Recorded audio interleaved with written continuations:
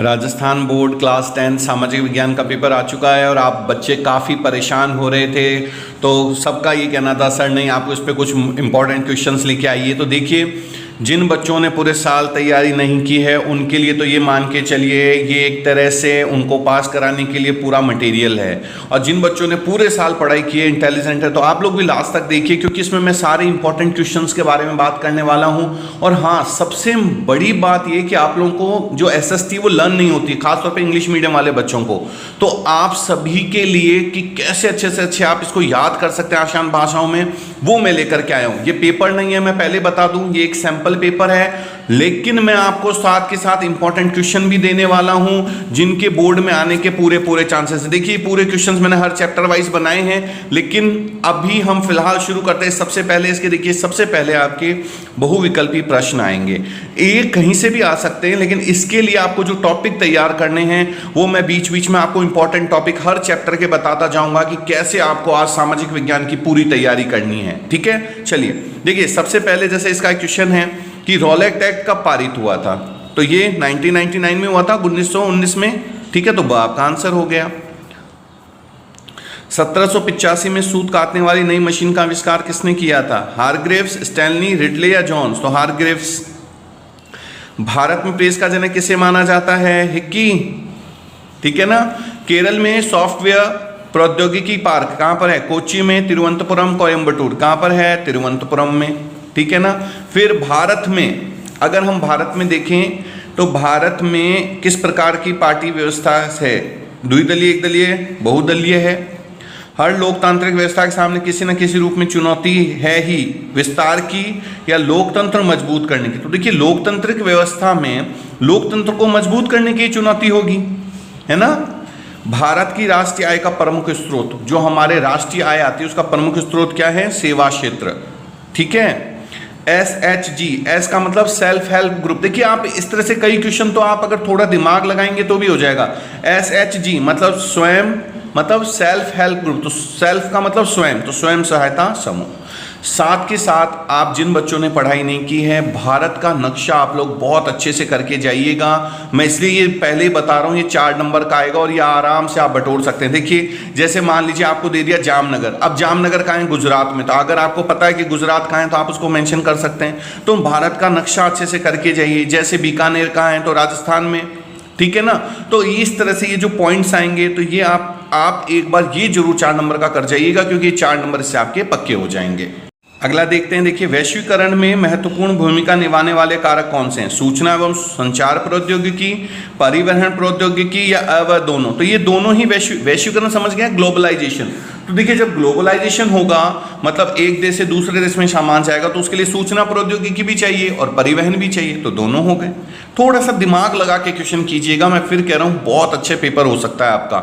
अभी मैं question answer learn करना भी सिखाऊंगा कि कैसे आप क्वेश्चन आंसर आसानी से याद कर सकते हैं। आगे देखिए, 1 मार्क सुरक्षा चिन्ह है ऊनी वस्त्रों के लिए, आभूषणों के लिए, बिजली उपकरणों के लिए, कृषि उत्पादों के लिए। तो किसके लिए है? कृषि उत्पादों के लिए। हिंद स्वराज नामक पुस्तक की रचना किसने की थी? महात्मा गांधी जी ने।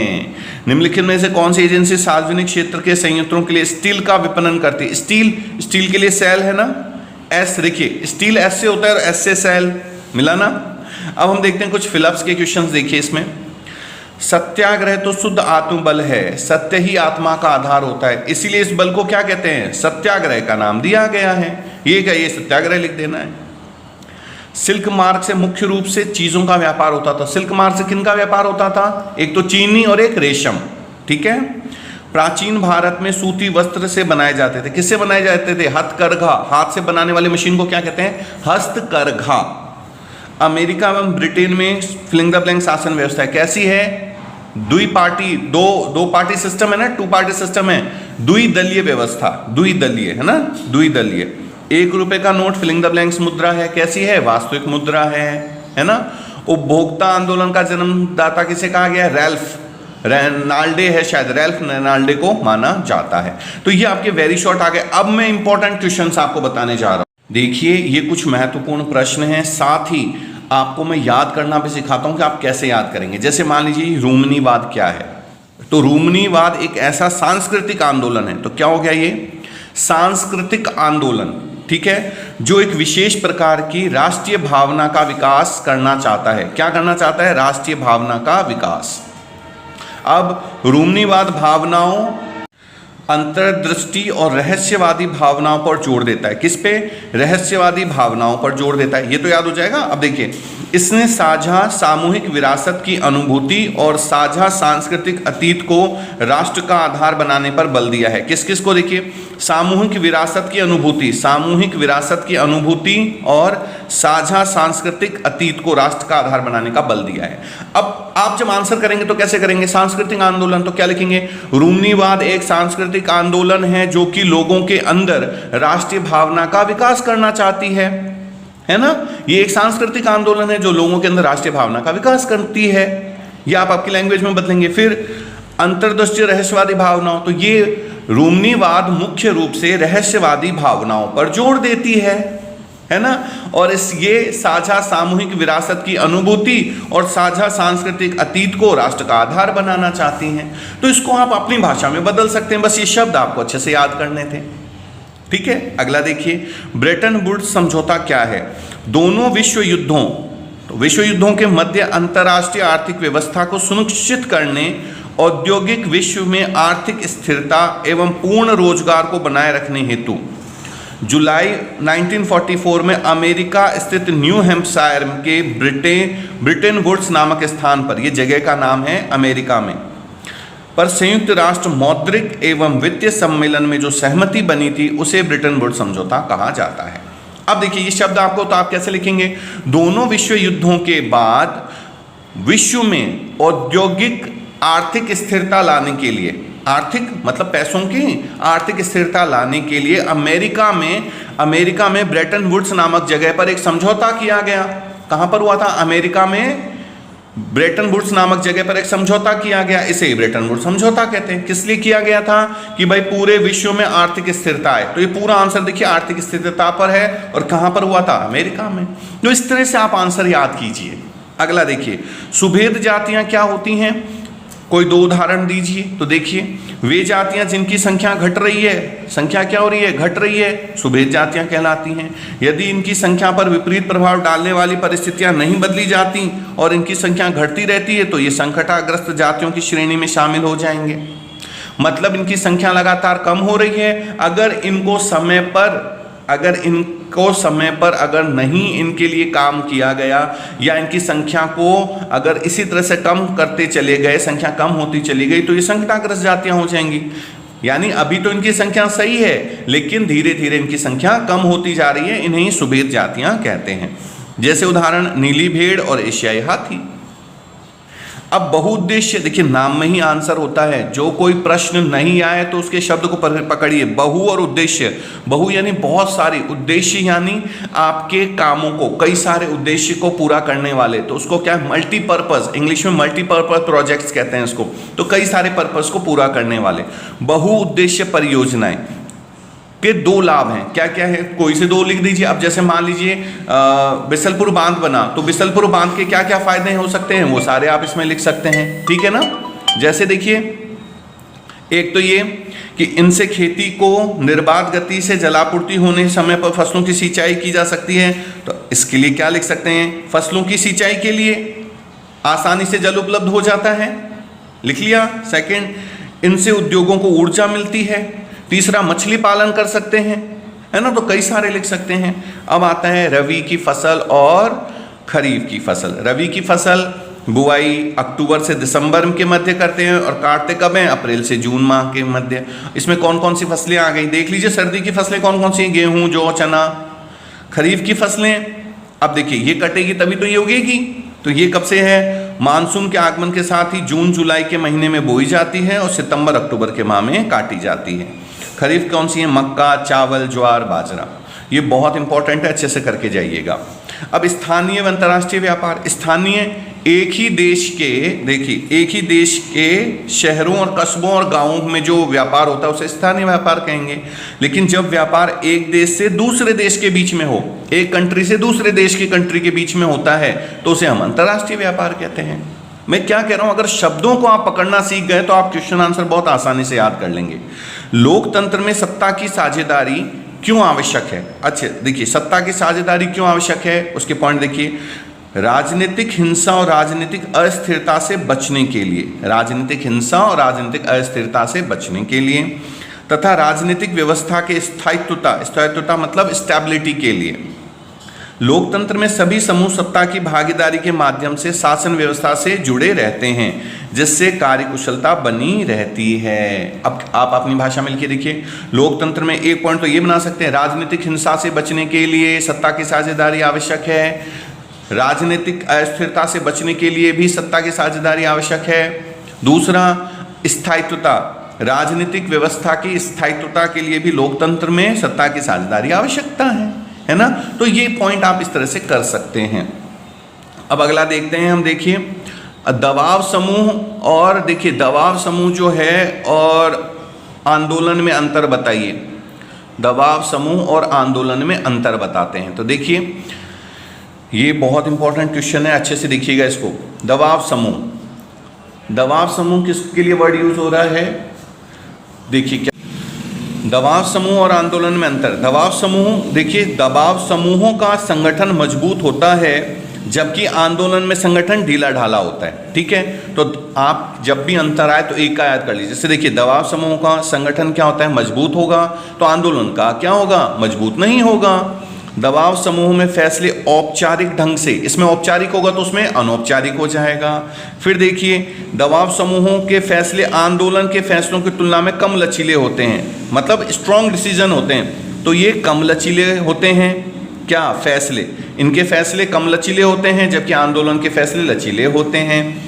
आंदोलन जनता की स्वतः स्फूर्त भागीदारी पर निर्भर है, जबकि दबाव समूह नहीं, मतलब दबाव समूह जो है वो जनता पर निर्भर नहीं करता है।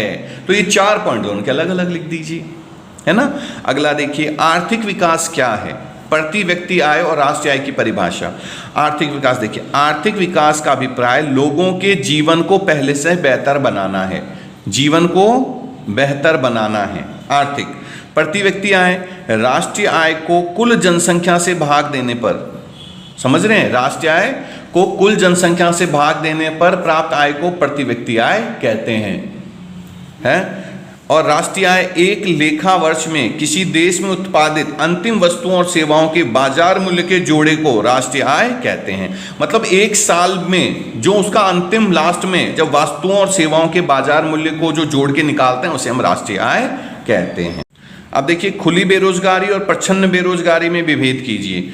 खुली बेरोजगारी और प्रच्छन्न बेरोजगारी, तो देखिए खुली बेरोजगारी में व्यक्ति पूरी तरह बेरोजगार रहते हैं, जबकि प्रच्छन्न या छुपी हुई बेरोजगारी में व्यक्ति रोजगार पर तो लगे होते हैं किंतु उत्पादन में उनका कोई योगदान नहीं होता। समझ गए। तो खुली बेरोजगारी में व्यक्ति पूरी तरह बेरोजगार होता है, जबकि प्रच्छन्न में व्यक्ति रोजगार पर तो लगा दिखता है कि भाई ये काम तो कर रहा है। जैसे मान लीजिए 1 बीघा खेत है और उसमें 10 जने काम कर रहे हैं, है ना, तो 10 जनों की वहां जरूरत तो है नहीं, तो वहां पर उसको क्या बोलते हैं, प्रच्छन्न बेरोजगारी। खुली बेरोजगारी स्थायी प्रकृति होती है, मतलब रोजगार नहीं है, वो भाई खाली बैठा हुआ, रोजगार नहीं है उसके पास। जबकि प्रच्छन्न ये स्थायी है, तो ये क्या हो जाएगी, अस्थायी। ठीक है, अगला देखते हैं। अगला देखिए, मुद्रा आवश्यकताओं के दोहरे संयोग की आवश्यकता को समाप्त कर देती है। व्याख्या कीजिए। मुद्रा जो है आवश्यकताओं के दोहरे संयोग को क्या कर देती है, समाप्त करती है आवश्यकताओं को। तो देखिए, मुद्रा द्वारा सभी वस्तुओं तथा सेवाओं की विनिमय दर निर्धारित होती है। विनिमय दर, भाई पैसा ही तो डिसाइड करेगा कि उसकी क्या वैल्यू होगी, कितने में वो चीज जाएगी।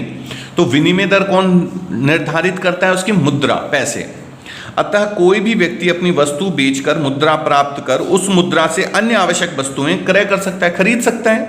इस प्रकार मुद्रा आवश्यकताओं के दोहरे संयोग की आवश्यकता को समाप्त कर देती है। समझ में आया कि ये तो समझ में आ गया होगा कि अपनी वस्तु को बेचकर उस मुद्रा से कोई दूसरी चीज खरीद सकता है। बस ये एग्जाम्पल लिख दीजिए। उपभोक्ता अपनी एकजुटता का प्रदर्शन कैसे कर सकते हैं। तो उपभोक्ता अपनी एकजुटता का प्रदर्शन देखिए कई प्रकार से कर सकते हैं। जैसे वे किसी उपभोक्ता संगठन का निर्माण कर सकते हैं, भाई ग्रुप बना सकते हैं वो अपना। दूसरा, वे अन्य उपभोक्ताओं को जागरूक बना सकते हैं, भाई अन्य को भी बताएं। वे किसी उत्पाद या कंपनी के खिलाफ भी एकजुट होकर प्रदर्शन कर सकते हैं। वे पहले से चले आ रहे उपभोक्ता संगठनों से भी जुड़ सकते हैं। है ना, उपभोक्ता संगठनों से भी क्या कर सकते हैं, जुड़ सकते हैं। तो ये कुछ आपके इंपॉर्टेंट क्वेश्चंस थे। इसके अलावा दो और देख जाइए, ये भी क्वेश्चंस, हाँ ये देखिए, एक तो उदारवादी राष्ट्रवाद की विशेषताएं। उदारवादी राष्ट्रवाद का अभिप्राय क्या है, देखिए, जब व्यक्ति के लिए स्वतंत्रता तथा कानून के सामने सबकी क्या हो, बराबरी, व्यक्ति के लिए स्वतंत्रता हो, कानून के सामने सब बराबर हो, तो उसे हम उदारवादी राष्ट्रवाद कहते हैं। तो उसमें आर्थिक विशेषताएं क्या है, देखिए, पहला, राजनीतिक क्षेत्र में उदारवादी राष्ट्रवाद की विशेषताएं क्या क्या होंगी। तो अपने भारत देश की क्या विशेषताएं वो लिख दीजिए, भारत देश के गवर्नमेंट की, है ना। राजनीतिक रूप से उदारवाद एक ऐसी सरकार पर जोर देता है जो सहमति से बनती है। किससे बनती है, सहमति से। निरंकुश शासन और पादरी वर्ग के को समाप्त कर देती है, मतलब राजाओं के राज्य को नहीं मानती। यह उदारवाद मत देने और चुने जाने का अधिकार, चुने जाने का, हम लोग चुनते हैं ना अपने अपने लीडर्स को, है ना, एमएलए एमपी को, तो चुनने का अधिकार देती है। बस इस पे वाक्य बना दीजिए। आर्थिक क्षेत्र में उदारवाद राष्ट्रवाद की क्या विशेषताएं, देखिए, निजी संपत्ति के स्वामित्व को अनिवार्य बनाता है। किसको, निजी संपत्ति के स्वामित्व को अनिवार्य बनाता है। वस्तुओं और पूंजी के आयात निर्यात पर राज्य द्वारा लगाए गए नियंत्रणों को समाप्त करने पर भी बल देता है। किस पे, पूंजी, वस्तुओं और पूंजी के आयात निर्यात पर भी, है ना, नियंत्रणों को समाप्त करने का देता है। संसाधन किसी भी विकास में महत्वपूर्ण भूमिका निभाते हैं। कोई तीन, तो संसाधन क्या है, मानवीय क्रियाओं का परिणाम। हम लोग जो करते हैं, हम लोग तो संसाधन हैं, हम भी तो एक संसाधन है, और हम लोग दूसरे संसाधनों का भी उपयोग करते हैं। मानव स्वयं संसाधनों का महत्वपूर्ण हिस्सा है। वे पर्यावरण में पाए जाने वाले पदार्थों को संसाधनों में परिवर्तित करते हैं तथा उन्हें प्रयोग करते हैं, जिससे विकास संभव होता है। अतः संसाधन किसी भी विकास में महत्वपूर्ण भूमिका निभाते हैं, क्योंकि संसाधन मनुष्य के जीवन यापन के लिए क्या है, जीवन यापन के, हमें चाहिए ना चीज़ें, संसाधन चाहिए। जैसे आप घर में देख लीजिए, एक हर छोटी से छोटी चीज़ अगर कोई भी कमी रह जाए तो कैसे जीवन यापन करेंगे। संसाधन जीवन की गुणवत्ता को भी बनाए रखने के लिए चाहिए, और जीवन की गुणवत्ता और विश्व शांति बनाए रखने के लिए भी बहुत ही ज़रूरी होता है। तो ये तो देखिए कुछ अच्छे क्वेश्चंस थे।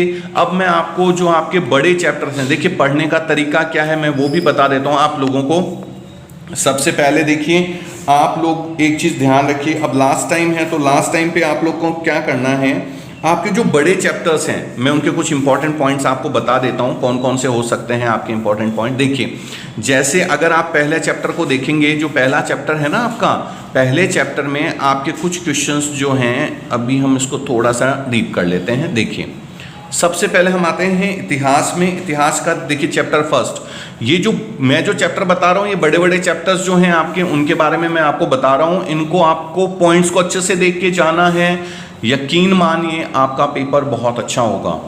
अच्छा देखिए, फर्स्ट में एक तो गिस्पी मैजिनी, इसके बारे में पढ़ना है। Count Camillo di Cavour, count Camillo di Cavour. फिर the great war of independence, यूनानी स्वतंत्रता युद्ध, यूनानी स्वतंत्रता युद्ध का टॉपिक है आपका। फिर फ्रैंकफर्ट संसद, फ्रैंकफर्ट संसद में क्या हुआ था, आंदोलन हुआ था, उसके बारे में। राष्ट्रवादी संघर्षों में महिलाओं की भूमिका, खास तौर पे मारियाना और जर्मेनिया जो है, इनके बारे में आपको आना चाहिए। जॉलेवेराइन, जॉलेवेराइन बहुत इंपॉर्टेंट टॉपिक है इस चैप्टर का। और इटली और जर्मनी का एकीकरण, ये आपको पढ़ के जरूर जाना है। चैप्टर नंबर 2 देखिए 6 नंबर का है, इसमें खिलाफत आंदोलन, असहयोग आंदोलन, इन दोनों टॉपिक को बहुत अच्छे से देखना है, इसमें बड़ा क्वेश्चन आ सकता है। साइमन कमीशन, गांधी जी की दांडी यात्रा, नमक यात्रा, सविनय अवज्ञा आंदोलन, जलियांवाला बाग हत्याकांड, पूना पैक्ट और अवध किसान आंदोलन, ये टॉपिक आपको देख के जाने हैं। ये 6 नंबर का चैप्टर है, इसको अच्छे से याद करके जाइएगा। 6 और 5 11 और 3 14 नंबर के तो यही हो गए आपके। इसमें देखिए रेशम मार्ग और व्यापार, क्या था रेशम मार्ग और कैसे व्यापार होता था, भारतीय व्यापार उपनिवेशवाद, इसके अलावा प्रथम व द्वितीय विश्व युद्ध के क्या क्या प्रभाव पड़े, ब्रेटन वुड्स सम्मेलन, कॉर्न लॉ, एमएनसी कंपनियां, बहुराष्ट्रीय कंपनियां, G77 समूह और आर्थिक महामंदी और हेनरी फोर्ड, ये सारे पॉइंट्स आपको अच्छे से करके जाने हैं। राजनीति विज्ञान के देखिए 2 चैप्टर ही मैं बता रहा हूं आपको, ये दोनों 4-4 नंबर के हैं। पहला संघवाद, संघीय शासन व्यवस्था, फेडरलिज्म जिसको इंग्लिश में कहते हैं, साथ आकर और साथ रखने, दोनों देख के जाना है। ये 4 नंबर का क्वेश्चन आएगा इसमें। पंचायती राज व्यवस्था, ये पूरा 4 नंबर का चैप्टर है आपका। ये 2 पॉइंट आपको अच्छे से इसमें देख के जाने हैं। अब आते हैं हम जाति और धर्म। इसमें सांप्रदायिकता, धर्मनिरपेक्ष, लैंगिक असमानता, भारतीय राजनीति में जाति की भूमिका, ये तीनों पॉइंट्स, चारों पॉइंट्स आपको अच्छे से देख के जाने हैं। इसमें ये भी 4 नंबर का आपका चैप्टर है। इसके बाद हम लास्ट में बात करेंगे इकोनॉमिक्स की। इकोनॉमिक्स में देखिए, इकोनॉमिक्स में ये आपके 4 नंबर के हैं, तो ये चैप्टर अच्छे से करके जाइएगा। देखिए, जिन बच्चों ने अच्छे से तैयारी की है वो तो सारा करते हैं, जिन बच्चों ने नहीं किया उनके लिए जो मैं चैप्टर बता रहा हूँ आप इनको अच्छे से देख के जाइए। भाई टाइम में आप कर सकते हैं। प्राथमिक, द्वितीयक और तृतीयक क्षेत्र। प्राथमिक समझ गए, जहाँ से कच्चा माल आता है, जैसे एग्रीकल्चर, खेती। द्वितीयक, जहाँ पर फैक्ट्रियाँ, जहाँ से पे इसका माल बनेगा। और तीसरा जो इस दोनों को हेल्प करेगा, जैसे ट्रांसपोर्ट है ना, सामान को लाने ले जाने वाला, टीचर, डॉक्टर, ये जितने भी सेल्फ वर्कर्स होते हैं जो खुद का काम करते हैं, उनको तृतीय क्षेत्रक में रखा जाता है। फिर काम का अधिकार 2005, संगठित व असंगठित क्षेत्र, बेरोजगारी व इसके प्रकार। इसमें से कल एक क्वेश्चन आपको 100% मिलेगा, तैयार कर लीजिएगा। प्रतिशत निकालना, परसेंट कैसे निकालते हैं। अब अगला आता है मुद्रा और साख। मुद्रा व आधुनिक रूप, ऋण व प्रकार, बैंक और साख, ये सारे पॉइंट इसमें करने हैं। नेक्स्ट, वैश्वीकरण। बहुराष्ट्रीय कंपनियां, मल्टीनेशनल कंपनियां होती हैं ना जो पूरे विश्व में काम करती हैं, उनको। ग्लोबलाइजेशन, एक क्वेश्चन कल इसमें से भी तैयार है ग्लोबलाइजेशन में से आपका। श्रम कानून, सूचना व प्रौद्योगिकी और WTO। अगला चैप्टर 5, उपभोक्ता अधिकार, उपभोक्ता संरक्षण, अदालत, आंदोलन, उपभोक्ता अधिकार, कोपरा और RTI। उपभोक्ता अधिकार से रिलेटेड क्वेश्चन कल आपको मिलने के पूरे चांसेस हैं। ये मैंने जितने चैप्टर इंपॉर्टेंट बताए हैं, जो क्वेश्चन बताए हैं, इनको अच्छे से करिए। ये जो वैश्वीकरण है इसके पॉइंट्स अच्छे से देखिए। और अगर अभी भी आपने इस वीडियो को लाइक और सब्सक्राइब नहीं किया तो लाइक और सब्सक्राइब कर लीजिए, क्योंकि मैथ और साइंस का पेपर भी मैं लेके आने वाला हूं। और ये चैनल मैं फिर कह रहा हूं, ये तब तक काम आएगा जब तक आप कंपटीशन एग्जाम और जब तक आपकी पढ़ाई चलती रहेगी, तब तक ये काम आएगा। अगर सही में लगा हो कि कोई अच्छी चीज़ आपको बताई गई है तो लाइक और सब्सक्राइब जरूर करें। और आपको क्या लगता है कौन से पॉइंट पे मैं और आपको वीडियोस दे सकता हूं, तो मुझे कमेंट जरूर कीजिएगा। मैं पूरी कोशिश करूंगा कि आपको प्रोवाइड कराऊं। तब तक के लिए थैंक यू सो मच।